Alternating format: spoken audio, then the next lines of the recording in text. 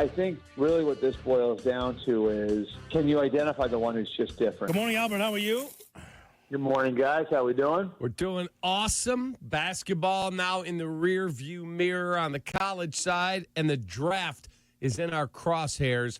As you look at everything going on in the NFL, what's the biggest thing on the horizon? Is it the draft prep, or is it Aaron Rodgers and Pat McAfee doing an event potentially in Pittsburgh? Yeah, well, I mean, whether or not Aaron Rodgers announces anything tomorrow night, whether he's going to be there, I don't know. But certainly this has been super beneficial to Pat McAfee. And if I were him, I'd probably do exactly what he's doing, which is not address it at all and let everybody wonder and make sure that everybody's going to be tuning into YouTube at 8 o'clock tomorrow night, right? So I think that the ultimate conclusion of this is that Rodgers will be a Steeler, but the key for you guys to take from that is I said I think. I don't know. And I think Aaron's kept his cards close to the vest on this. I don't think I totally rule out retirement. I still think the Steelers are most likely.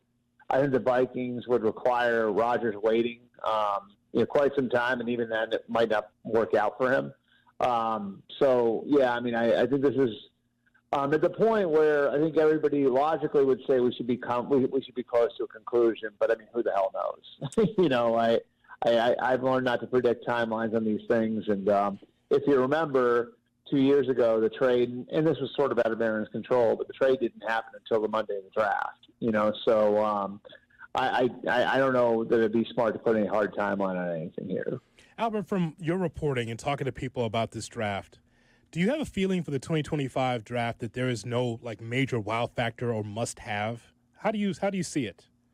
Yeah, I mean, I think I think the quarterback class isn't as good as it was last year. I think the first 3 picks last year will be the first 3 picks this year. If you plug Caleb Williams, Jaden Daniels, Drake May into this year's draft, I think any one of them on their own would be the number 1 overall pick, and probably would go in the first 3 picks if they were all in the class. And then I would say beyond that, you've got 2 quarterbacks. You got 2 players that are head and shoulders above everybody else. And that's Abdul Carter, the pass rusher from Penn State, Travis Hunter, the Heisman winner from Colorado. And after that, I think you're sort of looking at maybe a dozen players who are all in the same category. And you guys know the names: Jalen Walker, Mason Graham, Mikael Williams, Will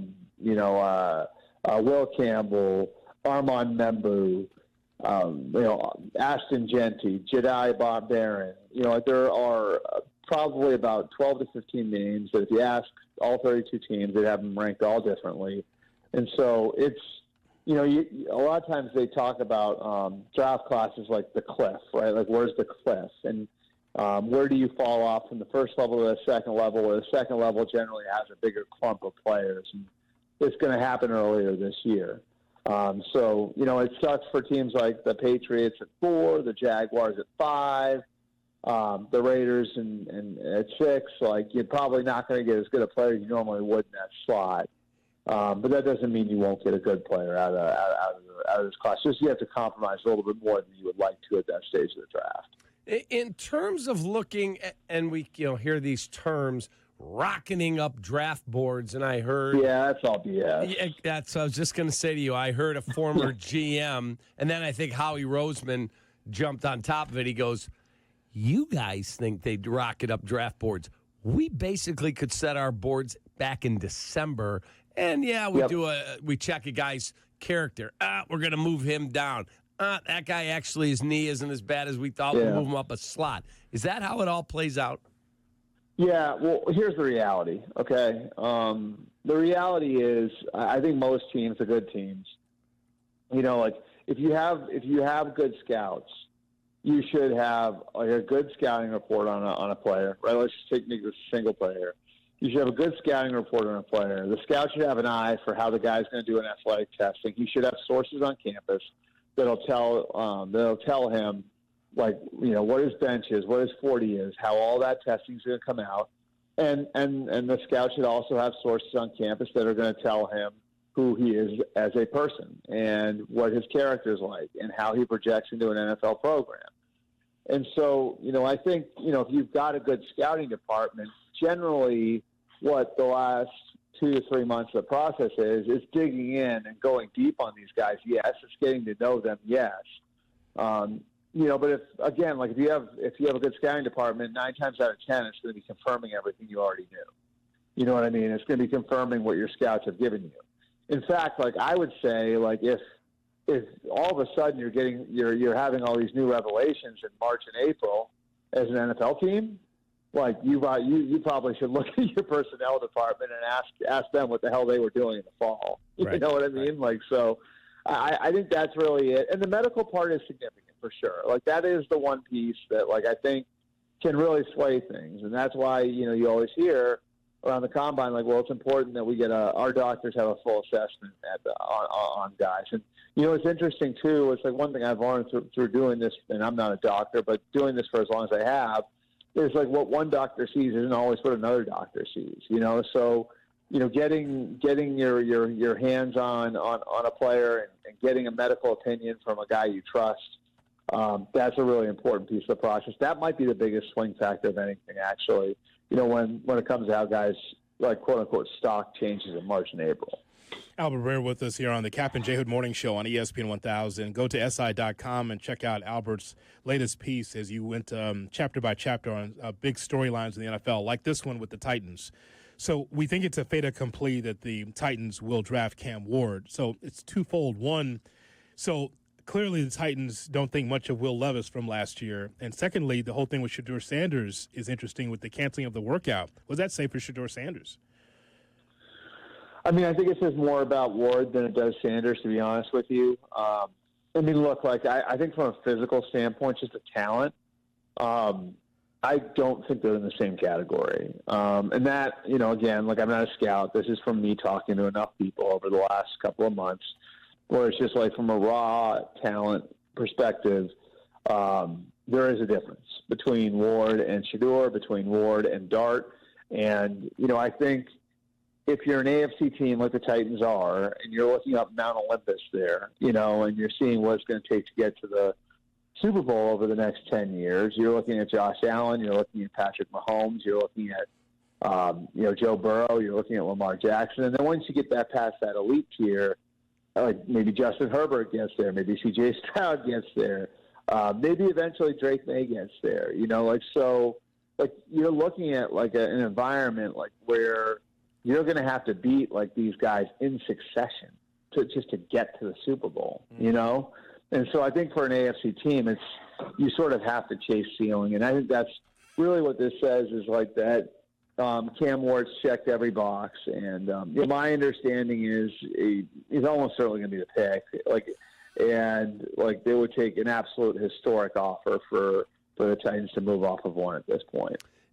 We were seeing for a few years, our guys, Carmen and Yurko, the midday show here, you don't take running backs in the top 10. You can find running backs down the draft, block well, and have a decent back. You'll be fine. Now we saw Bijan Robinson. We saw Saquon Barkley. And now there's talk Ashton Genty, the kid from North Carolina, potentially even Treveyon Henderson, that these guys could all go in the top 17 picks and couple in the top 10. Is it changing in the league, the perception of a running back again? Nah, I would say maybe a little. I think everything in football is cyclical. I think as you saw more spread elements coming into the game, defenses got smaller and faster, probably over the last 10 years, call it. And so one way to combat that is to be bigger and stronger, right?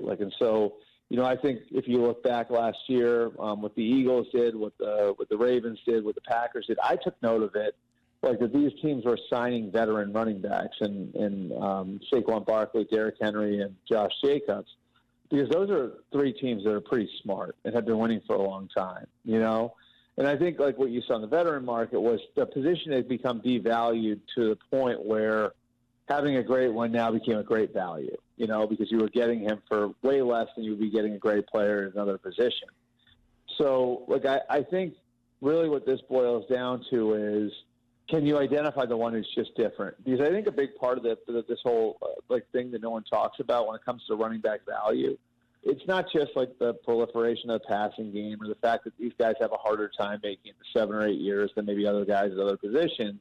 It's also like that generally it's always been easier to find one, right? Like this year, for example, you got Genty and Hampton probably in the first round, but you can wait in the second round and maybe get a Henderson or a Judkins or a Caleb Johnson or one of those guys, and that's always been the way that it's been. So, I think the challenge for teams now is is there a guy who's truly special there?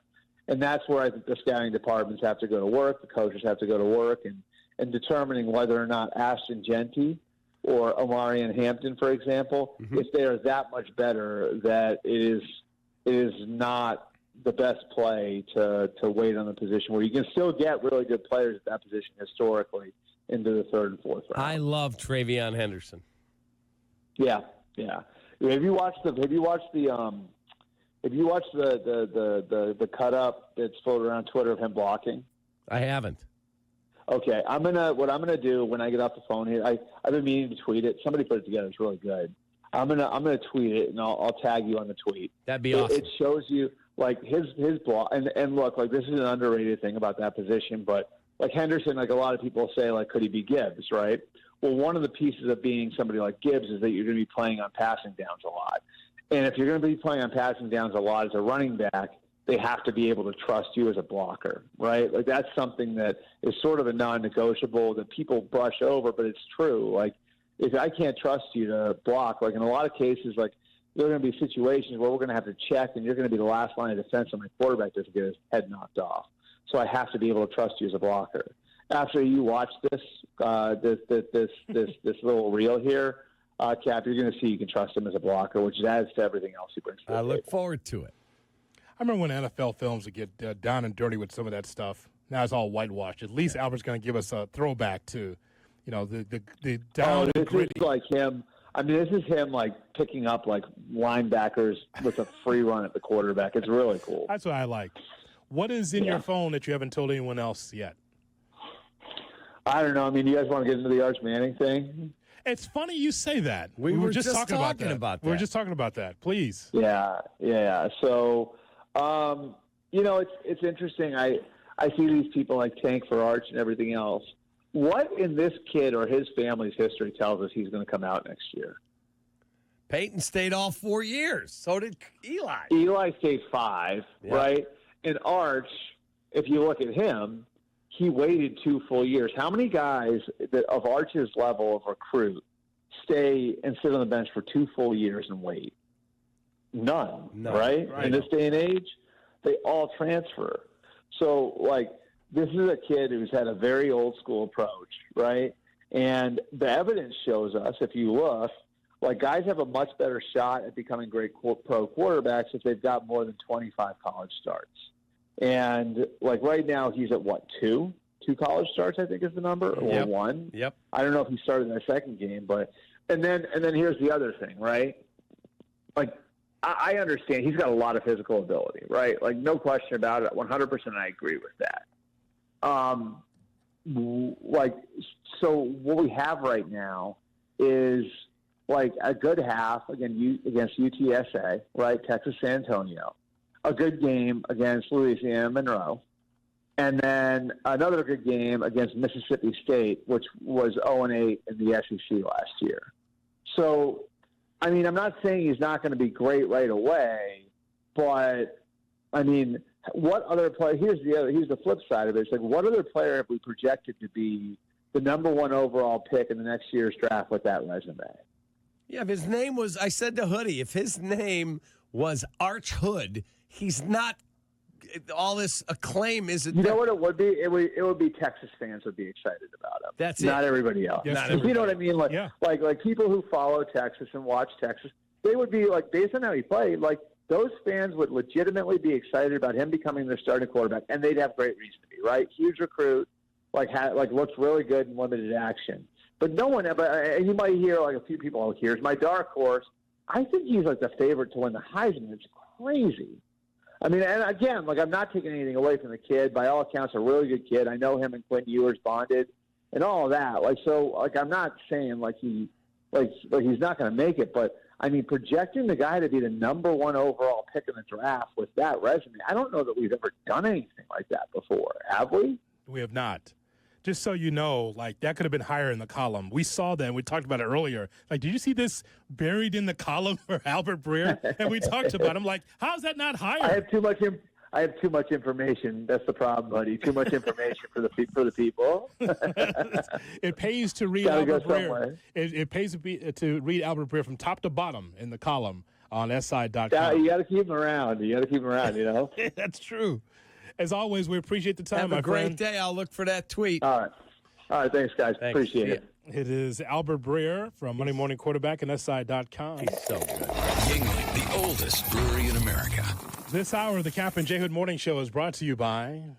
That would be the Village of Bolingbrook. Best place to elevate the future of your business. Visit bbolingbrook.com today. Still to come on the show, we'll update the worst behavior bracket. We'll need your phone calls, 312-332-3776 to help us out. Fill out the rest of this bracket for the worst behavior bracket for the Kap and J Hood Morning Show. We missed on one that should have been in the behaviors. Someone who does a mock draft every week leading up for 3 months. Okay. See? He might be right. I have to tell you, he might be right. That's what I do. This show is so strange. I was going to put my best foot forward protecting the man who puts the drafts together. And you know what the man with the drafts puts? You know what he says? He might be right. Yeah, you might be right. Every show I listen. Yesterday, Carmen's like, "How many mock drafts is this now? I mean, really, we got to do this many mock drafts?" And then he goes, "I heard Shea Norling's mock draft this morning. It was whiplash because at one hand he's saying too much, and I'm sick of it, and then on the other hand, great job by Shea." See? That's it. See? So there's no pleasing the man at all. That's it. Kap and J Hood, weekday morning.